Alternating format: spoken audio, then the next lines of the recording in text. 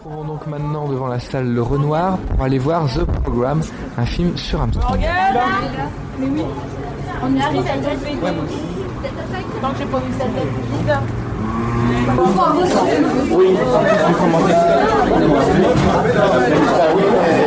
Nous rentrons maintenant dans la salle. Tous les élèves de première et de terminale du lycée Sainte-Anne. Jamais prendre un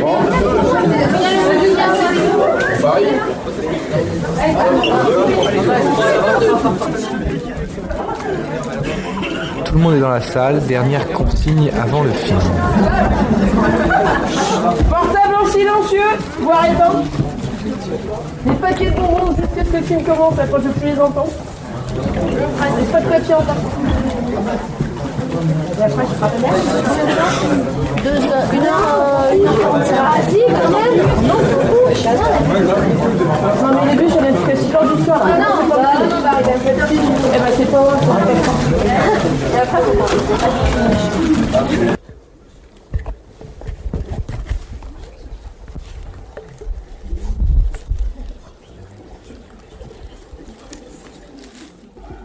Puis le film démarre, encore quelques tout-sautements, et d'un seul coup, le son prend simplement toute la place. On est bien au cinéma.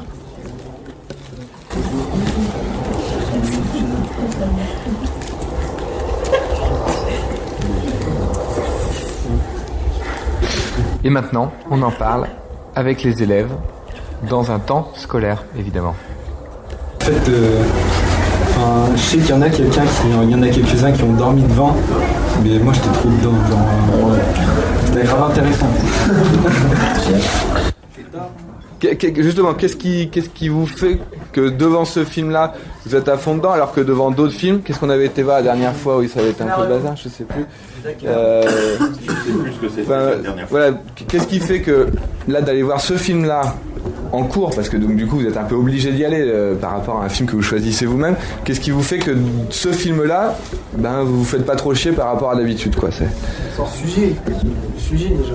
Ouais. Alors voir un film. Tiens, Armstrong, on a déjà écouté parler tout le temps, et ouais. Un sportif, quand on était petit, on a cru quand même qu'il était très fort, et on se rend compte qu'il se dope et tout, donc c'est bizarre. L'histoire, on la connaît pas vraiment, nous aussi.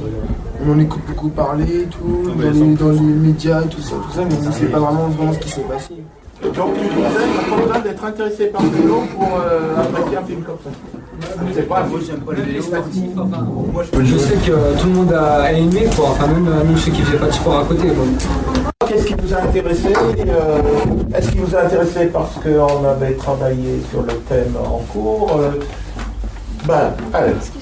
Allez, allez-y. C'était une histoire vraie, du coup c'était intéressant de savoir ce qui s'est vraiment passé. C'est-à-dire que vous avez appris des choses. Ouais. Ce qui m'a intéressé, c'est comment le secret il a pu durer aussi longtemps, même dans le cyclisme, puisque tous les coureurs étaient au courant en fait qui se dopaient, et pourquoi ils l'ont pas dénoncé avant. Voilà. Justement, est-ce que ça c'est un film vous en avez parlé avec vos parents quand vous êtes rentrés?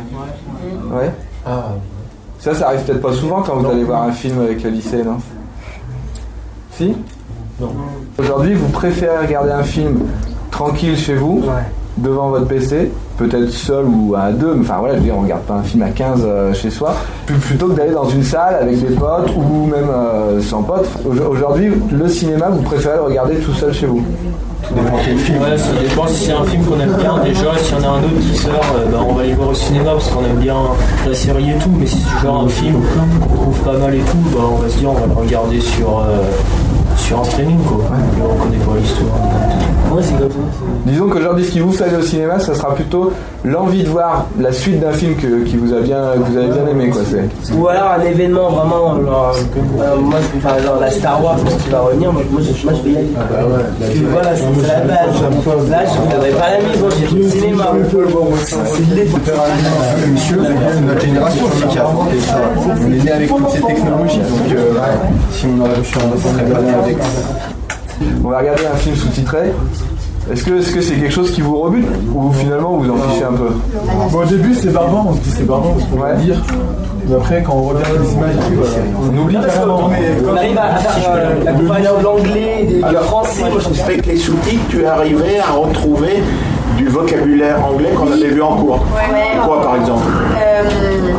Il a un blood par le sang là. Blood d'eau, ouais. Les questions d'Oprah à la fin. Ah oui, l'interview. Oui, on avait travaillé sur l'interview, ouais. Have you ever taken performance enhancing drug? Est-ce que dans la vie de tous les jours, disons, quand c'est pas le lycée qui vous force à aller voir un film, est-ce que ça vous dérange de voir un film en sous-titré? Non. Non?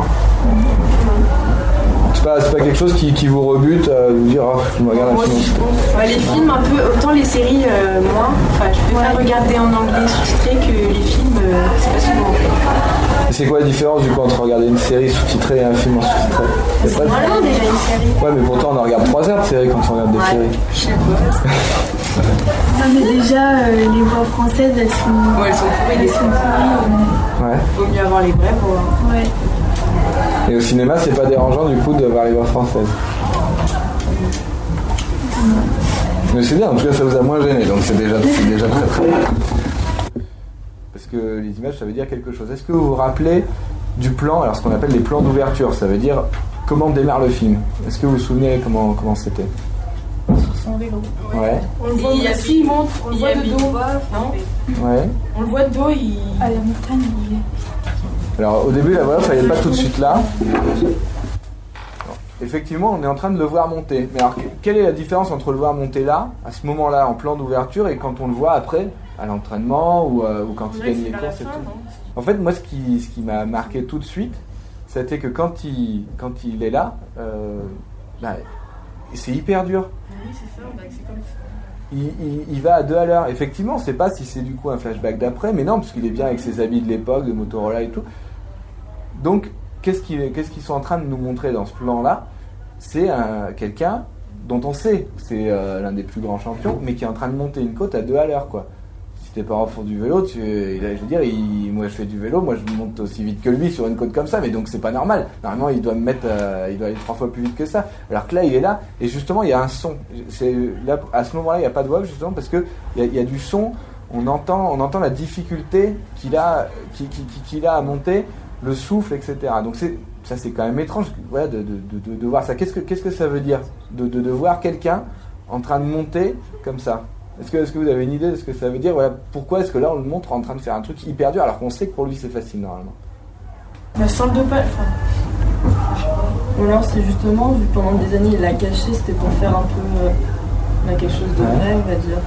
Alors, parce que normalement quand t'es dopé, ouais, moi je pense que c'est encore au-delà, parce que je pense même des gars qui sont pas dopés, je pense que tu prends un gars du CR4C, je pense pas qu'il soit trop dopé ici, je pense qu'il va 2 fois plus vite que ça dans cette côte-là. Donc, en fait, qu'est-ce qu'il faut regarder dans un film d'auteur? Vous voyez, là, ça c'est un film d'auteur, pourtant c'est pas un film chiant, donc ça veut pas dire, faut pas avoir peur quand on dit film d'auteur. Là, c'était un film d'auteur et c'est assez cool. Mais il y a d'autres films d'auteur, hein. Je sais pas, par exemple les 22 Jump Street, c'est des films d'auteur, même si c'est des films marrants et tout, ça en fait partie. Mais là, qu'est-ce qu'il faut essayer de regarder? C'est ça, voilà, je vous dis pas d'analyser sans cesse les films que vous voyez, sinon la vie devient impossible. Mais des fois, de temps en temps, de se dire, ah mais tiens, les images peuvent aussi parler d'elles-mêmes. Et donc, c'est ça qu'il faut essayer de regarder de temps en temps dans les films. Et ça donne du coup tout l'intérêt du cinéma. Si on va voir un film juste pour une histoire, autant lire un bouquin, quoi, hein, parce que voilà, du coup on aura une histoire qui sera encore plus précise et tout. Alors que si à un moment donné quelqu'un a dit tiens, l'histoire on va la mettre avec des images, les images on filme pas les gens de la même manière, suivant si on a un auteur, suivant si on fait des blockbusters, si on fait des films d'humour et tout. Là en l'occurrence on est sur un film d'auteur. Et dans les films d'auteur, essayez de regarder toujours les 2-3 premières minutes du film, c'est souvent les plus importantes, parce qu'elles résument normalement tout le film. Et en l'occurrence là, elle résume non seulement tout le film, mais en plus la vie d'un bonhomme en 1 minute. Et c'est ça qui est très intéressant. Donc qu'est-ce qu'on voit? On voit donc Armstrong en train de monter cette côte très très difficilement, et en plus de ça, il n'est pas cadré comme à la télé. On le voit bien le vélo comme c'est cadré à la télé, c'est hyper bien foutu et tout. Non, là il est un petit peu en oblique et légèrement par dessous. Qu'est-ce que ça veut dire déjà quand on filme quelqu'un par dessous? Est-ce que vous avez une idée de ce que ça veut dire? Voilà. Parce que il y a grosso modo, il y en a beaucoup plus, mais il y a 3 choix d'axes pour filmer les gens. Il y a soit on le filme de face, soit on le filme d'au-dessus, comme ça, soit on le filme légèrement de dessous. Qu'est-ce que ça veut dire quand on filme quelqu'un de dessous? Ça veut dire que en fait, on montre l'importance. Quand on regarde une statue, on la regarde comme ça, quoi. C'est assez rare de regarder une statue par le bas. Voilà, quand on regarde une grande statue grecque, les statues grecques, on les regarde comme ça. Et en fait, le cinéma, c'est juste ça. Hein. Ça vient aussi de là. Bon, on va pas rentrer dans Godard aujourd'hui, donc là, on est en train de filmer une statue. Quand on filme quelqu'un par en dessous, c'est-à-dire qu'on filme une statue grecque, donc on filme comme un dieu, en fait. Voilà, si on filme d'au-dessus, ça veut dire qu'on l'écrase. Et si on le filme de face, on le verra peut-être tout à l'heure, ça veut dire qu'on est en train de filmer un humain, tout simplement un homme, quoi. Et donc là, on est en train de le filmer par-dessous. Donc ça veut dire qu'on est déjà en train de montrer que là, à ce moment-là, il est déjà un dieu. Donc il est pas, on ne peut pas se dire non, il est en phase d'entraînement, c'était avant qu'il démarre. Non, parce qu'il est déjà filmé partout, donc il est déjà là. Qu'est-ce qu'on est en train de voir là-dedans ? On est en train de voir l'ascension de quelqu'un qui est en train de monter au sommet, mais pas forcément au sommet de la côte, non, qui est en train de monter au sommet de tout. Voilà, en l'occurrence, il est arrivé au sommet du cyclisme, mais au sommet de beaucoup de choses. Et donc on le voit. C'est hyper dur pour lui. Donc ça veut dire que qu'est-ce qu'il nous montre ? Et ben voilà, Armstrong, pour arriver au sommet, ça a été des heures et des heures de travail, ça a été très très compliqué, ça a été très très dur. Voilà ce qu'il nous montre. Parce que dès qu'il est au sommet, là où on se dit ça y est, il est arrivé, qu'est-ce qu'on voit tout de suite derrière ? Et ben là on voit un plan où il descend, mais à toute vitesse, c'est hyper bien fait. Moi j'ai rarement vu la vitesse aussi bien fabriquée au cinéma. C'est vrai que ça va vite, je sais pas si vous vous en souvenez, mais ça va vraiment très très vite. Donc qu'est-ce qu'ils nous disent en 2 plans ? Ben voilà. Que tout est résumé. Voilà, Armstrong, il en a carrément chié pour arriver au plus haut niveau. Et par contre, une fois qu'il était en haut, tout a basculé et ça s'est détruit en... Voilà, la descente, elle est vertigineuse et la descente, elle n'a pas été lente. Non, la descente, elle était d'un coup. Et effectivement, c'est ce qui s'est vraiment passé, puisqu'en 2 mois, il est passé d'un type que tout le monde voulait à un type que plus personne ne voulait parler. Oui, et ça, c'est juste avec des images. Parce qu'il n'était pas obligé de faire un plan comme ça, il aurait très bien pu faire un plan, on les voyait directement dans le Tour de France. Voilà, ça aurait été un blockbuster. Là, on démarre sur un plan comme ça, on est sur un film d'auteur. Voilà, ça c'est vraiment une différence. C'est des plans, voilà, l'analyse de film, c'est pas forcément chiant, c'est juste pour amener quelque chose de plus. Qu'est-ce que les images peuvent amener de plus ? Et c'est ça qui est intéressant. Et du coup, dans la deuxième partie du film, justement, où il n'a plus rien déjà, enfin voilà, là où il est déjà quand même accablé par le dopage et tout, on aurait pu le filmer d'au-dessus pour l'écraser. Voilà, là on aurait pu dire, voilà, moi je t'écrase, voilà, c'était. Alors qu'ils le font pas, non, qu'est-ce qu'ils vont faire ? Ils vont aller le filmer de face pour dire, voilà, c'était un héros, maintenant c'est un humain. Pourquoi est-ce qu'on ne peut pas le filmer d'au-dessus ? Parce que si on le filme d'au-dessus comme ça, c'est-à-dire qu'on est en train d'écraser un héros, on ne peut pas l'écraser, c'est trop compliqué à écraser, c'est trop dur. Alors que là, on le filme, on vient juste de face, donc le héros on le redescend à son stade d'humain. Vous voyez, juste avec la caméra. Nous on ne s'en rend pas compte, mais finalement c'est notre inconscient qui prend ces images-là. Mais après voilà, moi mon travail c'est d'analyser ces images-là. J'ai un travail qui est assez cool, c'est vrai. Mais voilà, c'est essayer de regarder de temps en temps. Voilà, là c'est une toute petite analyse, hein. Après on peut aller bien plus loin, mais vous voyez, juste des petits plans, des petites choses, voilà, juste vous dire, tiens, quand vous verrez quelqu'un filmer d'en dessous, tiens, qu'est-ce que ça veut dire ? Quand on voit quelqu'un filmer d'au-dessus de la même manière. Après, on va dire que 95% de ce que vous voyez, c'est filmé à taille humaine, voilà, parce que voilà, on est dans une comédie, on est dans un blockbuster, on est juste dans une petite série sympa et tout, mais sinon, voilà, essayez de regarder quand c'est filmé un petit peu différemment de d'habitude. Essayez juste de vous dire comme ça dans la tête, tiens, qu'est-ce que ça veut dire à ce moment-là ? C'est jamais anodin. Si on filme par-dessus, c'est jamais anodin. Et essayez de regarder aussi les plans d'ouverture des films. Ça, c'est important. Par-dessus, des fois, c'est pour se mettre à la place de la personne. Tu veux dire si quelqu'un est plus grand que l'autre Non, pour voir ce que la vision que la personne a là. Enfin, on était la personne. Ah oui, mais alors, oui, non. La personne, bien sûr, non, moi je te dis, voilà, si vraiment on est en train de filmer, voilà, là par exemple, voilà, si là je mets ma caméra ici pour filmer cette jeune fille, tu vois, c'était, voilà, là, voilà, en la filmant, après c'est d'autres procédés, si on se met à la place de la personne, etc., ça c'est encore autre chose. Mais vous voyez, en juste quelques plans, d'un seul coup, ça fait avancer tout un récit. Finalement, on n'a même pas besoin de l'histoire. Moi, un film comme celui-là, voilà, je regarde le plan d'ouverture, même si je connais pas Armstrong, techniquement, on a déjà compris de tout ce qui allait se passer. Après, tout le sel et tout ce qui est intéressant dans une histoire, c'est toutes les petits à côté, évidemment. Mais la grande histoire, normalement, est toujours résumée sur ces premiers plans. Donc, essayez de les regarder. C'est fini, non ? Bon. Bon week-end, alors. Merci. Bon week-end.